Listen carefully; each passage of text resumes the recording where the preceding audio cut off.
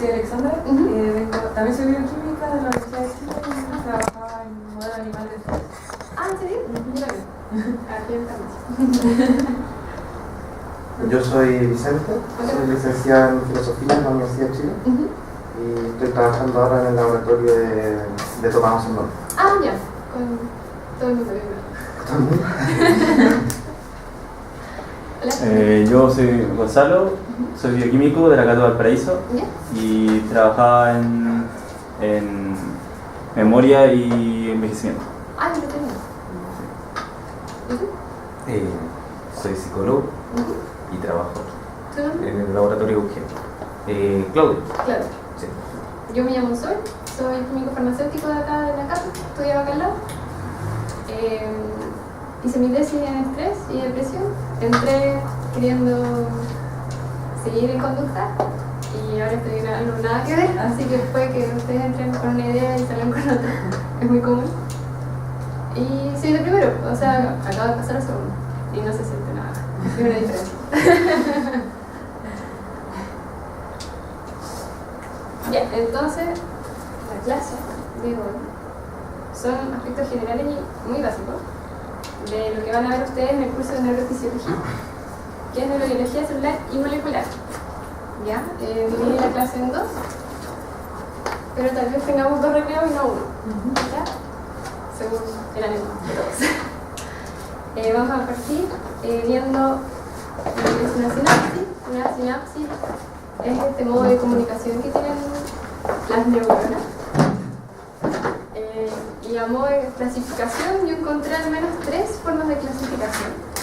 Según, por ejemplo, el sitio donde ocurre la comunicación a la entrega de los neurotransmisores, que es la forma académica de una sinapsis, puede ser axodendrítica, si es que esta comunicación se da desde un axón de una presináptica a la dendrita de la postsináptica.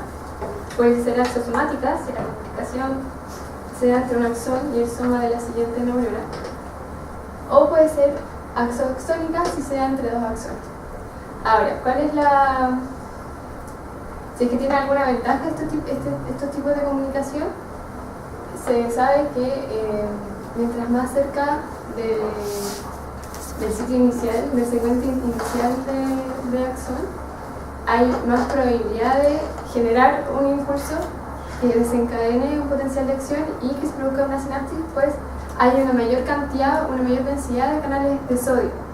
Entonces, más cerca del cono axónico o más cerca, terminando el soma, viene el segmento inicial del axón, va a ser más probable que se dispare un potencial de acción y se genere una respuesta.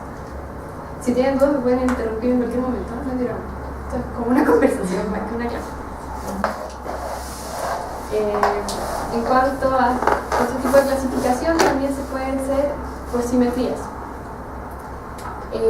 La simetría se entiende por el tipo de densidad postsináptica o presináptica que existe entre ambas neuronas al momento de producirse la sinapsis. Y hay de dos tipos, la asimétrica y la simétrica. En la imagen tenemos...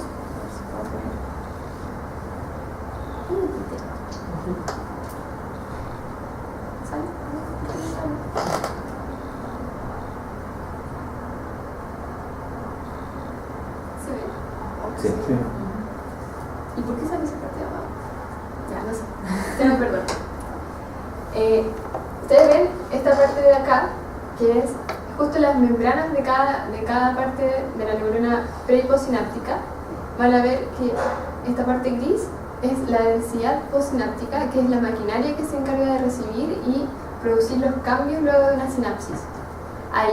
Puede haber transporte de receptores hacia la membrana, enzimas que degradan la comunicación, cosas así. Las sinapsis de tipo asimétrica son más, se correlacionan con sinapsis de tipo excitatorias, es decir, por vía del glutamato, y a diferencia las sinapsis simétricas son de tipo inhibitorio, y tanto la densidad pre- y postsináptica son muy parecidas. Además, las sinapsis asimétricas se pueden reconocer, por ejemplo, en una microscopía electrónica, porque las vesículas son redondeadas, solamente redondeadas. En cambio, en una sinapsis simétrica pueden haber de varios tipos las vesículas. Acá ven las vesículas y acá están las densidades posinápticas tanto del pre y posináptico. Es bien bonito. Es casi como un dibujo a carbono. ¿Ya? ¿Dudas de este momento? Otro tipo de clasificar esto es según la naturaleza del tipo de comunicación. Estas pueden ser de tipo eléctrica o química. Las eléctricas, la sinapsis de tipo eléctrica es menos común, se estudia menos, pero aquí en la Facultad de Biología hay un profesor de apellido Sachs que se encarga de trabajar con las conexinas. Las conexinas son unas proteínas de tipo hexámero que son las que permiten la comunicación entre neurona y neurona. Estas se sitúan en la membrana plasmática de una neurona y de la siguiente, y es como una comunicación estrecha, es constante. ¿Ya? Acá se ve en estas sinapsis eléctricas que el impulso nervioso pasa nomás de un lado a otro. Por lo tanto, no tiene un retraso sináptico como vamos a ver luego con la sinapsis de tipo química, que es una maquinaria que se desencadena, que produce este retraso. ¿Y qué pasa? Una vez que llega el impulso nervioso, se produce el cambio conformacional de estas proteínas, que va a formar un poro que va a permitir el traspaso de iones de un lado a otro. Comunicación. ¿Ya? Y esta puede ser bidireccional. Hay diferencias, por ejemplo, de la sinapsis de tipo química, que es solo unidireccional, que va de la pre a la post. Como a modo de introducción de la sinapsis química, que es la que van a ver después toda su vida, pero para definir primero qué es un neurotransmisor, es una sustancia endógena liberada por una neurona presináptica unidireccional que actúa sobre los receptores de la membrana postsináptica, dirección de la comunicación, y va a producir un cambio conformacional en esta neurona. ¿Ya? Estos criterios para definir a un neurotransmisor son de libro, obviamente, y son casi farmacológicos. Por ejemplo, se pide que la neurona presináptica tenga las enzimas necesarias para sintetizar a ese neurotransmisor. De otra manera no se puede llamar, por ejemplo, neurona colinérgica si no tiene la maquinaria para producir el neurotransmisor. 2. Este neurotransmisor debe ser liberado de los terminales nerviosos de forma farmacológica. ¿A qué se refiere esto? La secreción, por así decirlo, de poco neurotransmisor no es farmacológico. La liberación de las moléculas neurotransmisoras se debe hacer en paquetes o en cuantos. No sé si han escuchado. ¿Qué significa que sea farmacológico? Farmacológico es que sea medible, ¿ya? Porque tú vas a tener, vas a producir un cambio, y para que se produzca este cambio, el neurotransmisor debe estar en una concentración conocida y detectable, ¿ya? Es por eso que cuando se liberan de las vesículas los neurotransmisores se liberan en grandes cantidades para que este cambio ocurra, porque si no, ¿de qué te sirve liberar uno o dos neurotransmisores? Va a llegar a la postsináptica y se lo van a degradar, ¿ya?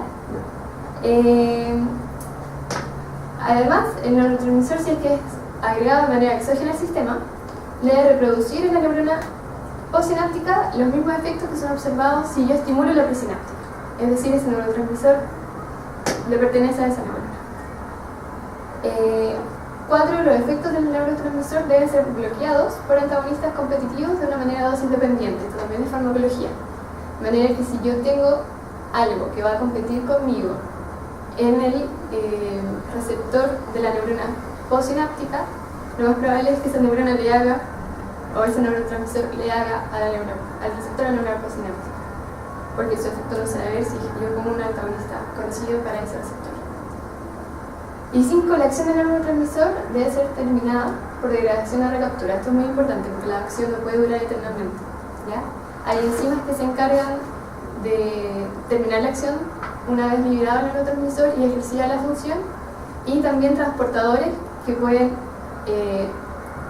almacenar nuevamente esta molécula para que vuelva al ciclo de vida del neurotransmisor. Entonces acá está la sinapsis química, este es el estado canónico todas las sinapsis que vamos a ver, que parten uno con el almacenamiento de la molécula una vez degradada en el sitio extracelular. Aquí. Esta es sintetizada por la maquinaria sintética y de enzimas que tiene la neurona presináptica, y una vez que está madura es almacenada en vesículas a nivel del terminal axónico, preparada para la llegada de un posible potencial de acción que va a desencadenar la fusión de la vesícula en la membrana plasmática y la liberación de los neurotransmisores al espacio sináptico o al lecho sináptico. ¿Ya? Este neurotransmisor va a actuar sobre el receptor posináptico, que es su receptor, y su acción va a ser degradada por enzimas metabólicas que le corresponden a ese neurotransmisor, o va a entrar por los transportadores acá de la neurona presináptica para terminar su acción. Además, los neurotransmisores pueden ser recapturados por células gliales que van a ayudar a que esta acción termine. ¿Ya? Y vamos a ver, por ejemplo, en la sinapsis de tipo glutamatérgica, que las células gliales son participantes activos de la neurotransmisión glutamatérgica.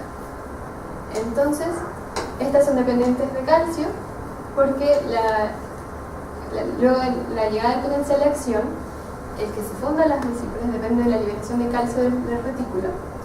Tiene una latencia de milisegundos, no es directa ni instantánea como la sinapsis eléctrica, y es unidireccional, va de la pre a la postsináptica. ¿Qué pasa con el neurotransmisor en la célula glial? ¿La célula glial? ¿Se degrada? Sí, puede ser, por ejemplo, almacenada y degradada o solo almacenada en vesículas. Por ejemplo, en la sinapsis de tipo glutamatérgica es almacenada como tal y puede ser liberada luego ante pequeños estímulos de sodio, lo que va a producir que la presináptica libere más glutamato. Entonces puede de alguna manera controlar la neurotransmisión glutamatérgica. ¿Qué pasa cuando, esto también es a modo de introducción, qué pasa cuando el ligando, o en este caso el neurotransmisor, llega a su receptor tipo? Acá vemos el ligando y este es el receptor que está en la membrana plasmática de la neurona postsináptica. ¿Qué pasa cuando llega el ligando? Hay un cambio conformacional que permite la transducción de la señal, que puede ser mediante segundos mensajeros, si es de receptores acoplados a proteína G, puede ser factores de transcripción, si es que llega al núcleo, o puede producir cambio en el citoesqueleto y así promover la llegada o salida de ciertas proteínas desde río abajo o río arriba de la célula. ¿Ya? La acción de agonistas o antagonistas. Además, tenemos primero la acción del ligando endógeno que va a producir el cambio conformacional. En este caso el ligando endógeno es el neurotransmisor. Cuando este se une al receptor en la neurona postsináptica, produce este cambio conformacional que se produce la activación y el efecto, río abajo. Pero también tenemos ahora moléculas que pueden ser fármacos, drogas, de todo tipo, que van a producir el mismo efecto. Algunos pueden producir más el efecto que la agonista endógena porque van a tener mayor afinidad de unión con este receptor. Pero también tenemos antagonistas.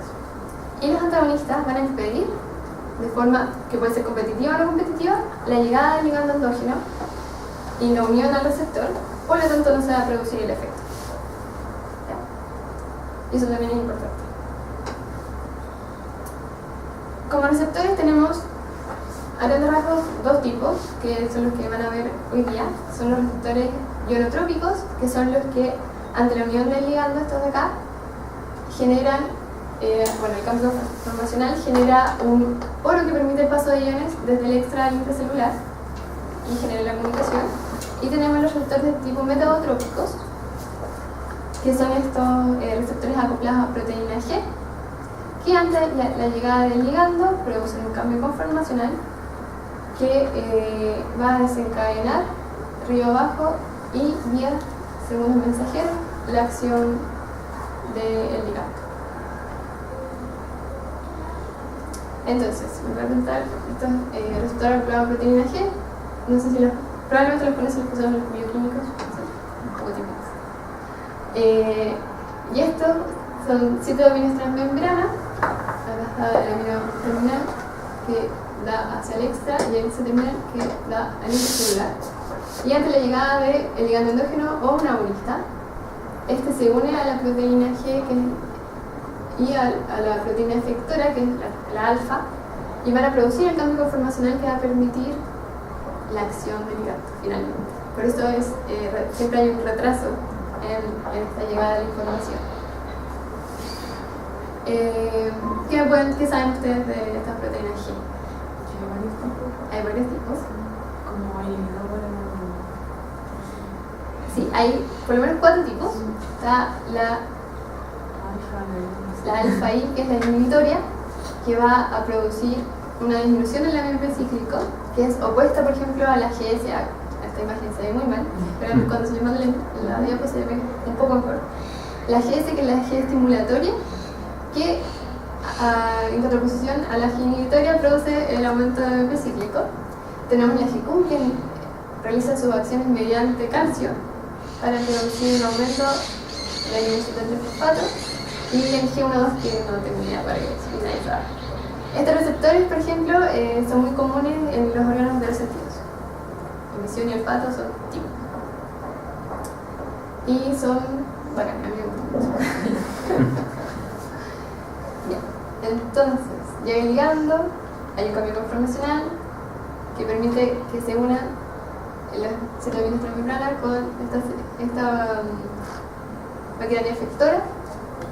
Hay un intercambio de GNP a GTP que se produce estos efectos arriba abajo. Y ahora sí, partamos con los tipos de neurotransmisión del sistema nervioso. Entonces, como ya vimos,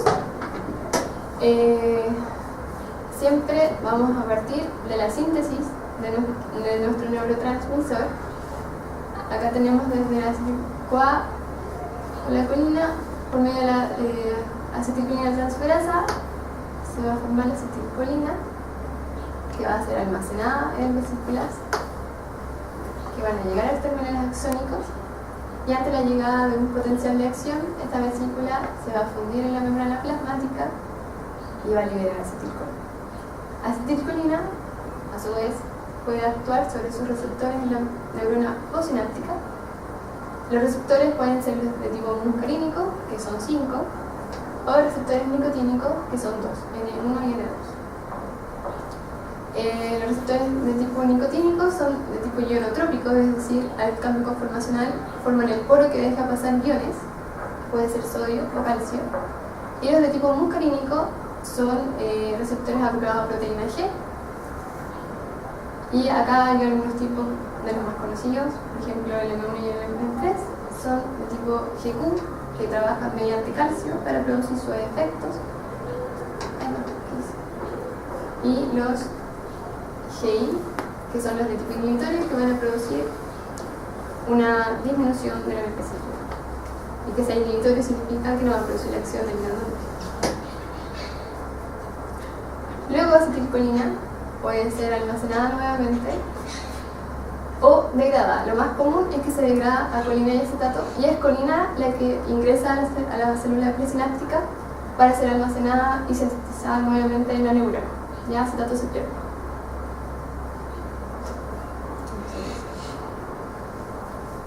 ¿Dudas?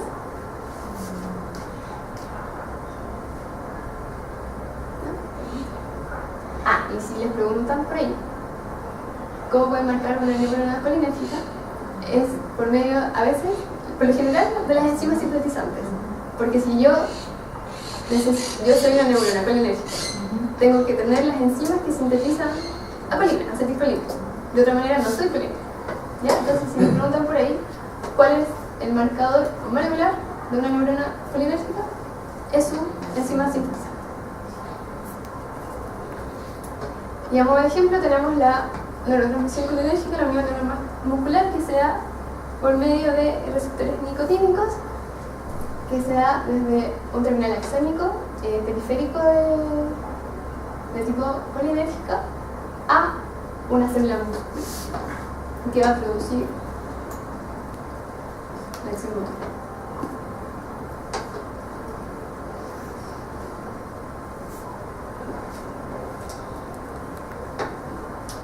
Luego tenemos la neurotransmisión catecolinérgica. Los catecoles están agrupados, por ejemplo, de dopamina y adrenalina y noradrenalina, que es porque comparten el grupo catecol en su molécula aquí. Estas neurotransmisiones, todas las neurotransmisiones son muy parecidas, aparte con la síntesis del neurotransmisor. No obstante, en este caso, por ejemplo, la síntesis de tanto de dopamina como de noradrenalina parte con tirosina, con L-tirosina, con el aminoácido tirosina, ya por medio de la tirosina hidroxilasa, que es la TH, que esta les va a servir para marcar neuronas dopaminérgicas. Ahí está dopamina. Y más abajo en la línea sintética, la enzima dopamina beta hidroxilasa es la que da el paso de dopamina a noradrenalina. ¿Ya? El único cambio es la adición de este grupo al cuerpo, el carbono de adrenalina es almacenado en las glándulas adrenales. Se libera, por ejemplo, en respuesta a estrés. La adrenalina puede estar tanto en el glucocerebro, que está a nivel del tronco encefálico, en los núcleos de tipo A, y su acción está mediada por receptores de tipo alfa o beta, que son de tipo metabotrópico, que van a ejercer sus acciones. Ahí para marcar dopamina, para marcar noradrenalina. A modo de ejemplo, bueno, los receptores de tipo alfa, por ejemplo, son siempre metabotrópicos, alfa 1 GQ, me parece, y alfa 2 es de tipo regulatorio GI. Asimismo, los receptores de tipo beta se encuentran también en el sistema nervioso central, son de tipo CQ, y los beta 2 de tipo G estimulatorios. Y a modo de ejemplo, tenemos la respuesta a estrés. En la respuesta a estrés hay una liberación que es instantánea y transitoria de noradrenalina y adrenalina al organismo, que va a producir las respuestas que uno ve en estrés. La respuesta periférica, por ejemplo, el aumento de la frecuencia cardíaca, sudoración, y que va a orquestar de alguna manera la respuesta que uno va a tener frente a un estímulo estresante. A su vez, por debajo de la liberación de noradrenalina y adrenalina hay una liberación de cortisol, en este caso porque estamos con ratas, o de corticosterona si estamos en humanos. ¿Bien? ¿Al revés? ¿No? Ah, sí, tienes toda la razón. Cortisol en humanos y corticosterona en humanos. Toda la razón. Bien. ¿Y qué vamos a ver? Que esta respuesta a estrés, si bien la liberación de noradrenalina y adrenalina es inmediata, si yo repito el agente estresante a este animal, la respuesta la liberación se va a volver constante, porque lo que importa de la liberación de noradrenalina es el primer efecto, es la liberación en el momento del primer agente estresante. Luego el sistema se tiende a acostumbrar y ya no va a haber tanta liberación de noradrenalina. Ya, por lo general, esto es por inmovilización, ya luego el animal después ya no responde.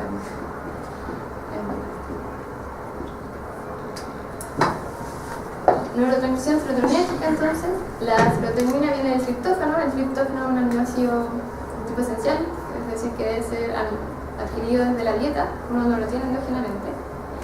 Y no sé si han escuchado que se ha relacionado el tipo de dieta que uno tiene con trastornos del ánimo, estrés o depresión. ¿Ya? Bien.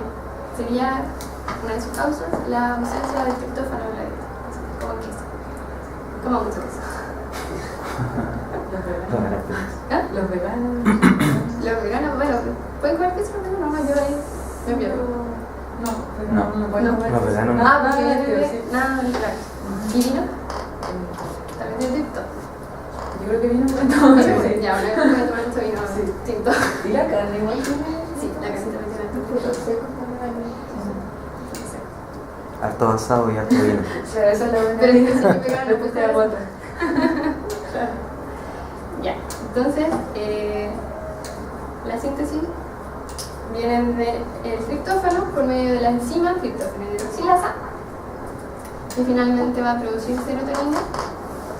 Esta va a ser de nuevo almacenada en sus vesículas, siempre la misma historia, así que si se aburre no importa, o sea, es parte del cuento, siempre es lo mismo. Es almacenada y a la llegada de potencial de acción, serotonina es liberada al espacio extracelular o al espacio sináptico y va a hacer sus acciones sobre los receptores en este caso de tipo metabotrópico. Aquí están los más conocidos, son altos receptores serotoninérgicos y los dos suelen ser inhibitorios. Los A suelen ser inhibitorios. ¿Ya? Aquí, como cosa importante, por ejemplo, está el transportador de serotonina. ¿Y por qué es importante? ¿Qué acción tiene?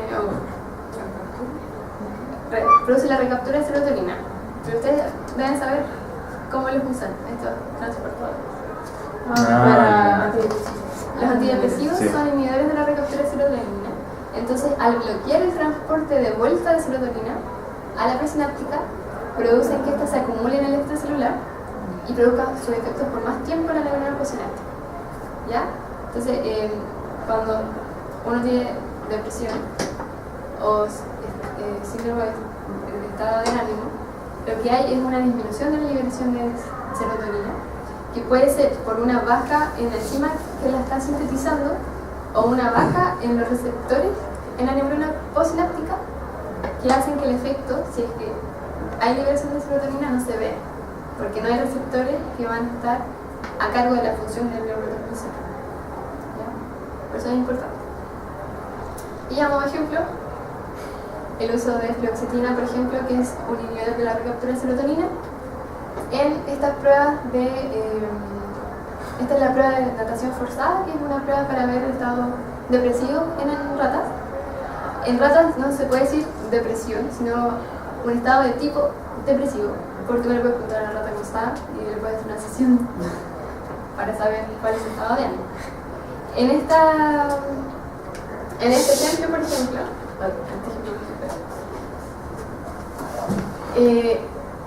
la rata la ponen, ya no me acuerdo el tiempo, pero eran 10 o 15 minutos, no, 5 minutos en estos tubos con agua y ven su comportamiento. Por lo general la rata va a tener 3 tipos de comportamiento. Según el estado depresivo que tenga, va a ser la respuesta que va a dar. Está la respuesta de inmovilidad, que es cuando la rata ya está con esa desesperanza prendida, ya está en estado depresivo y no quiere nada, la mete en el agua y no lucha por salir. Está el nado, que es una conducta de tipo exploratoria, activa pero de tipo exploratoria, donde la rata busca un lugar para salir. No hay, pero ella busca y busca porque no está tan depresivo, tiene ganas todavía. Y la tercera conducta es el escalado. El escalado es la conducta más activa porque es una conducta de escape. Entonces es un indicio como de querer sobrevivir, ¿ya? En el caso de antidepresivos de tipo serotoninérgico, se ve que hay un aumento en conductas de tipo de nado.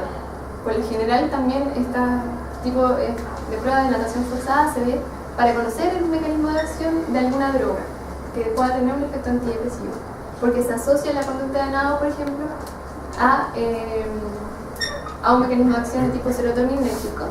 Y, por ejemplo, el escalado se asocia con mecanismos de acción de tipo noradrenérgico. Entonces también sirve para diferenciar esos efectos. En ningún caso representa ansiedad del escalado. ¿Cómo? No representa ansiedad del escalado en ningún caso. Puede, sí. Puede representar ansiedad y es por eso que es muy importante acompañar esta prueba de natación forzada con pruebas de ansiedad, como la del laberinto Levan-Cruz. Sí. ¿Por qué? Porque hay un momento en la ansiedad cuando ya se vuelve casi crónica, en que hay un aumento en conducta de tipo compulsiva. Y la rata puede estar muy en estado depresivo y sin ganas de nada, pero se va a ver como si tuviera toda la energía del planeta y va a moverse todos los 5 minutos de la prueba y tú vas a decir, pero esta rata está súper bien. Y no, es verdad un síntoma de ansiedad como ese. Sí. ¿No? Sí, la reboxetina es parecida a la fluoxetina. Es parecida a la depresión, pero me parece que también tienes efectos de tipo noradrenérgico. Sí. Yo tengo una duda. Sí, otra. Que aparece abajo fluoxetina y fluoxetina, pero no entiendo, ¿se le dio antes a la rata o después? Claro, se le da durante el tratamiento, por ejemplo, Cuando ya estaba en el agua se le da se le da el día anterior al hacer la prueba de natación forzada. Tú le muestras a la rata el tubo con agua, la metes ahí por 15 minutos con el antidepresivo. ¿Ya? Se dan dosis supracrónicas del antidepresivo durante las 24 horas antes de la prueba para ver el estado del animal. ¿Por qué? Porque como son inhibidores de la recaptura de serotonina, tú quieres agotar el sistema. Tú quieres que salga toda la serotonina que hay en el sistema y que actúe sobre las neuronas postsinápticas. Entonces tú das dosis gigantes del fármaco para producir este estado. Y lo evalúas 24 horas después. Claro, porque antes de llegar al día de la pre-prueba y prueba, tú hiciste un modelo de depresión, de estrés crónico, que va a generar este estado de desesperanza conductual, que es el que tú quieres evaluar luego si este antidepresivo lo logra superar o no. Sí.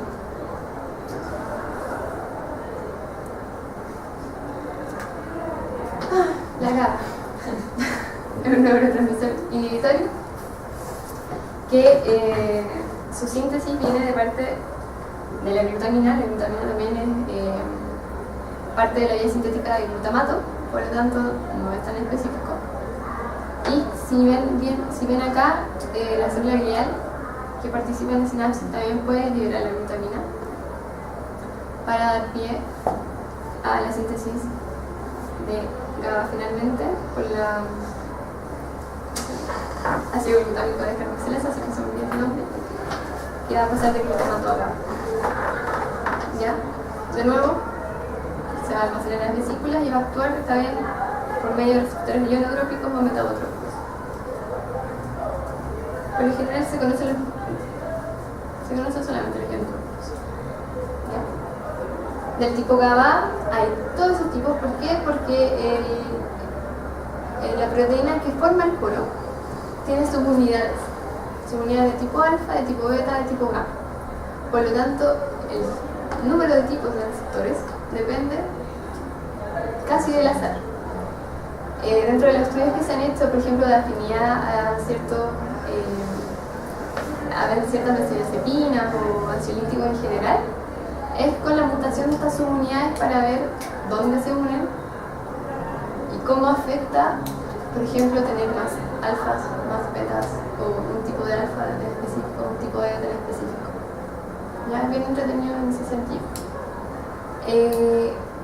El poro que se forma ante la llegada del ligando deja pasar cloro desde el extracto intracelular, por lo tanto produce una hiperpolarización en la célula. Por lo tanto, si llega un potencial de acción, este no va a producir un efecto de liberación del neurotransmisor. Y además es importante que tiene muchos sitios de unión. Por ejemplo, acá están los barbitúricos, sitios de unión a barbitúricos, sitios de unión a GABA y el de benzodiazepina, que es como el ejemplo más típico de agonista GABA. ¿Dudas? Entonces, ejemplo. Acá vemos un ejemplo también de un tipo de estrés en ratón, que es por medio de la derrota social.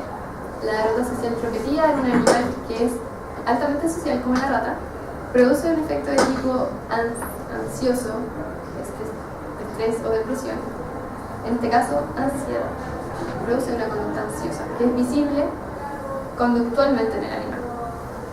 Y acá se inyectó lorazepam y clonazepam. Y se ve como, por ejemplo, la liberación, por ejemplo, de la adrenalina disminuye cuando se agrega el ansiolítico.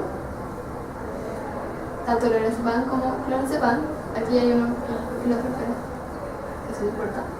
Y la respuesta a estrés, que es la liberación de cereales de progesterona y de de las aminas como noradrenalina disminuye, lo cual se puede también después correlacionar de manera conductual en el animal. ¿Ya? Por tanto, si yo no siento estrés, o no siento tanto estrés, porque el estrés no es malo, no se va a producir este cambio de estrés crónico a ansiedad.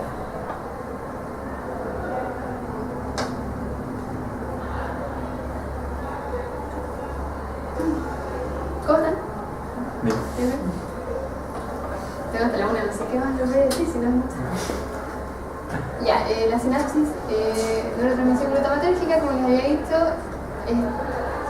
tiene la participación activa de las células gliales, que son los que van luego de la liberación del glutamato, lo almacenan y pueden controlar la neurotransmisión debido a la liberación de la glutamina, que va a entrar y va a producir sus efectos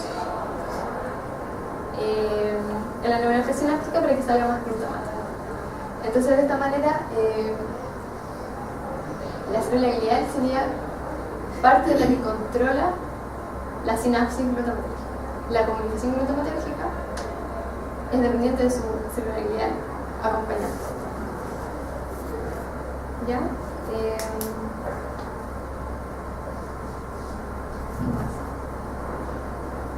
El glutamato hace sus acciones por medio de receptores ionotrópicos y metatrópicos.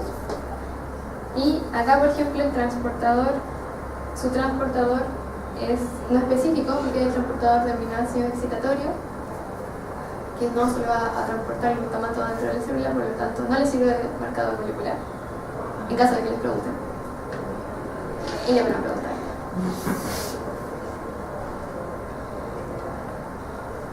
Hay dos tipos de receptores de glutamato, los de tipo NMDA y los de tipo AMPA. Estos son de tipo ionotrópicos y también hay de tipo menotrópicos, los MND. Y a modo de ejemplo típico y clásico, tenemos por ejemplo el receptor de tipo NMDA. Por lo general vive su vida unido a magnesio.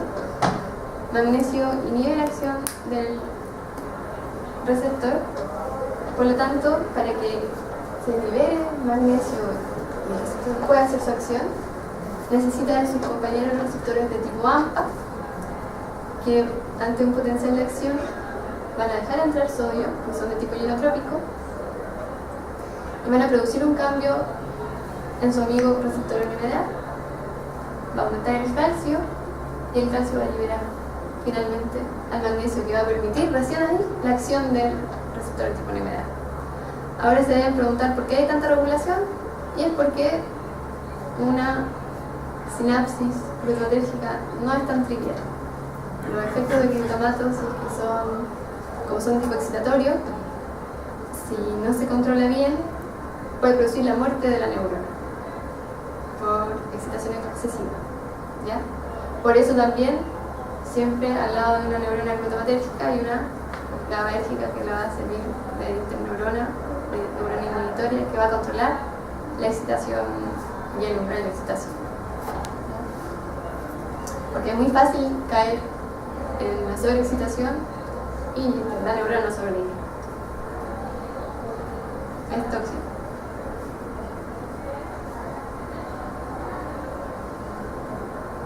Dudas, porque esta es la última diapositiva del bloque.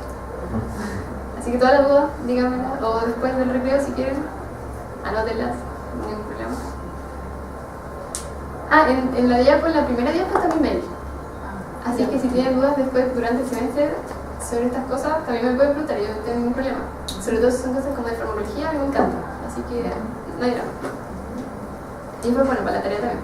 Todas las dudas que tengan durante el desarrollo de su tarea también las tienen que hacer y no hay ningún problema. Ya, son 10 para 11. Vayan a hacer lo que quieran, hasta las 11:05. ¿Ya? Porque hay que justificar el video. ¿A qué hora te vas tú? Ahora. Dale. Bueno, quedamos bien entonces. Pero vuelvo a Sí, que te digas.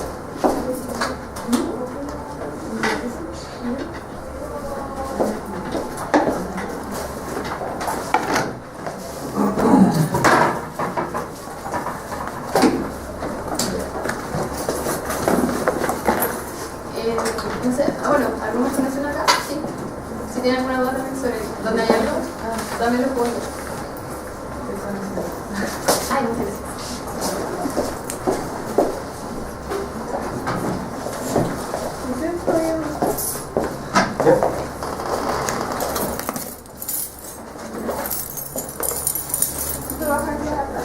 ¿Cómo?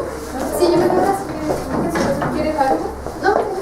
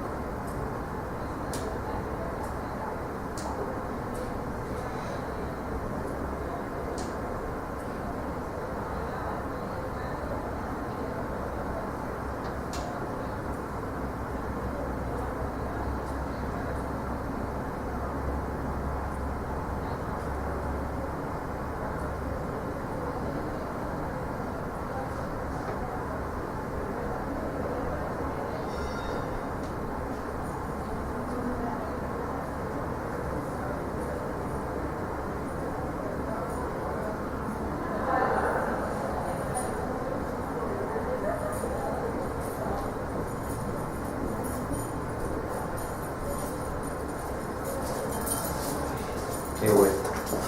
Eso fue todo. Sí, fue la reunión más corta del mundo. Me encanta este tipo de reunión. ¿Tú trabajas acá en farmacología? No, trabajé en farmacología cuando estaba haciendo el DCN. ¿Ya? Ahora estoy en ciencia biológica, ahí en Casa Central. ¿Ya? Estoy trabajando ahora en regeneración. De medula. Oh. ¿Qué acá? Sí, bueno, por eso les comenté que uno puede cambiar de opinión. En el camino En el puede camino. cambiar su... Sí. Que te vaya bien. Ya, gracias.